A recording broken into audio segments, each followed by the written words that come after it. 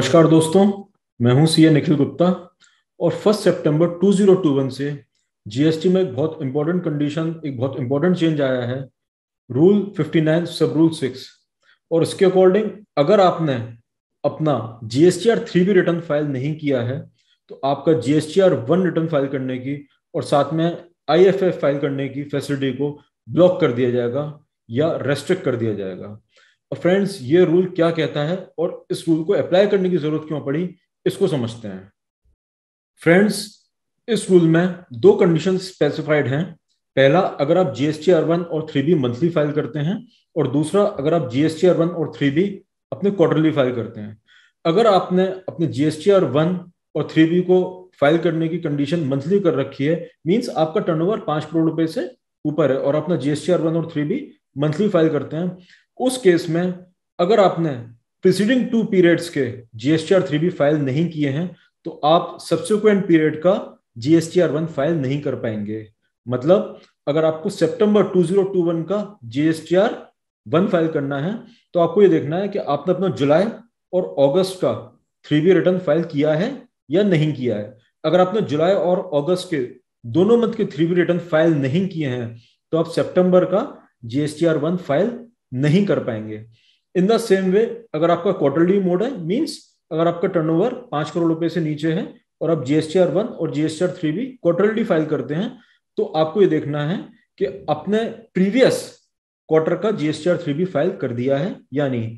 Meaning, अगर आपको सितंबर quarter का जीएसटीआर 1 फाइल करना है तो आपको ये चेक करना है कि आपने अपने जून क्वार्टर का जीएसटीआर 3B रिटर्न फाइल किया है या नहीं किया है। अगर नहीं किया है तो आप सितंबर क्वार्टर का जीएसटीआर 1 रिटर्न फाइल नहीं कर पाएंगे। फ्रेंड्स, साथ में ये कंडीशन भी देखनी जरूरी है कि अगर आपने अपना जून का जीएसटीआर 3B रिटर्न फाइल नहीं किया है तो आप जुलाई और अगस्त मंथ की आईएफएफ फैसिलिटी का भी यूज नहीं कर पाएंगे, वो भी ब्लॉक कर दी जाएगी। आईएफएफ फैसिलिटी मींस आप अपना इनवॉइस मंथली बेस पे फाइल कर सकते हैं। इवन आप जीएसटीआर 1 क्वार्टरली फाइल कर रहे हैं, 50 लाख तक की वैल्यू का ये हो सकता है, और जिसकी वजह से आपके रिसिपिएंट को आईटीसी मंथली बेसिस पे मिलता रहता है। तो अगर आपने अपना जीएसटीआर 3B रिटर्न फाइल नहीं किया है तो जीएसटीआर 1 और आईएफएफ ये दोनों फैसिलिटी आपकी ब्लॉक कर दी जाएंगी। अब इसके रिपरकशंस क्या हैं ये समझते हैं। फ्रेंड्स, जीएसटीआर 3B से आप टैक्स पे करते हैं और जीएसटीआर 1 से आप अपने इनवॉइस आउटपुट सप्लाई अपलोड करते हैं, जिसका कि क्रेडिट आपका रिसिपिएंट, चाहे वो गुड्स का हो चाहे वो सर्विसेज का हो, वो रिसिपिएंट आईटीसी क्लेम करता है। और ये जो आपने जीएसटीआर 1 में अपने डिटेल्स अपलोड करते हैं वो आपके रिसिपिएंट के जीएसटीआर 2A और 2B में रिफ्लेक्ट होते हैं। तो अगर आपने अपना टैक्स जीएसटीआर 3B के माध्यम से पे नहीं किया है तो आपका जो रिसिपिएंट है, जो डिटेल्स है, अपने जीएसटीआर 2A और 2B में रिफ्लेक्ट नहीं करेंगे और वो उसके लिए प्रॉब्लम क्रिएट हो जाएगी।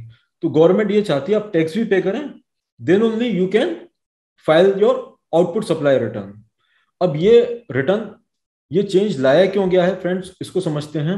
जीएसटी में बहुत बड़े फ्रॉड होते हैं। लोग अपना जीएसटीआर 1 रिटर्न फाइल कर देते हैं जिससे कि रिसिपिएंट के 2A 2B में रिफ्लेक्ट होता है और वो आईटीसी क्लेम कर लेता है, लेकिन टैक्स पे करने के टाइम पर वो जीएसटीआर 3B रिटर्न फाइल नहीं करते हैं।